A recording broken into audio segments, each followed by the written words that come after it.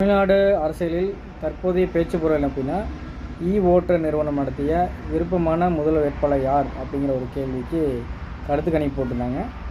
அதில் முதல்வர் ஸ்டாலின் அவர்களுக்கு 27%, விஜய் அவர்களுக்கு 18%, எடப்பாடி ஐயாவுக்கு 10%, அண்ணாமலை அவர்களுக்கு 9% வாக்குகளும் சதவீதம் பேர் விருப்பமான முதல்வராக வரும் வர வேண்டும் அப்படின்னு சொல்லிட்டு வாக்களிச்சிருந்தாங்க. இது அண்ணா சீமான் பேரை காணோம். எங்கடா சீமான் பேரை விட்டுட்டு அந்த ஆப்ஷனாக வைக்கலையே அப்படின்னு பார்த்தா இதை மொத்தம் எல்லாத்தையும் கூட்டினா 64 தான் ஆகுது. இன்றைக்கி 36% அண்ணன் சீமானுக்கு தான் வாக்களிச்சுக்கிறாங்க.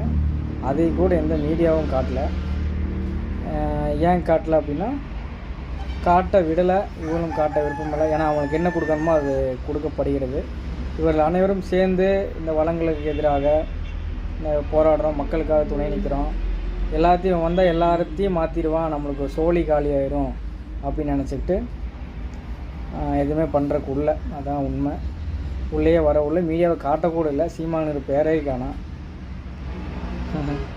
தனித்து போட்டின்னு சொல்கிற ஒரே கட்சி, ஆனால் அந்த கட்சி ஒரு ஆப்ஷனாக கூட வச்சு அதை காட்டலை.